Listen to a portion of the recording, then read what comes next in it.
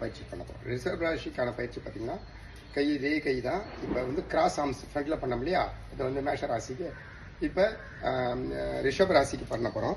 ரிஷப ராசிக்கு பார்த்தீங்கன்னா கையை வச்சுக்கிற கையை பின்னாடி செய்யணும். 1 2 3 4 5 6 7 8 9 10 11 12 13 14 15 16 17 18 19 20 21 22 23 24 25 26 27.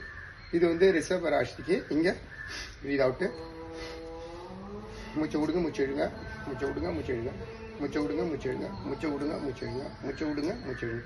இது வந்து ரிஷப ராசிக்கானது. இதை வந்து நம்ம வந்து 108 தடவை தொடர்ச்சியாக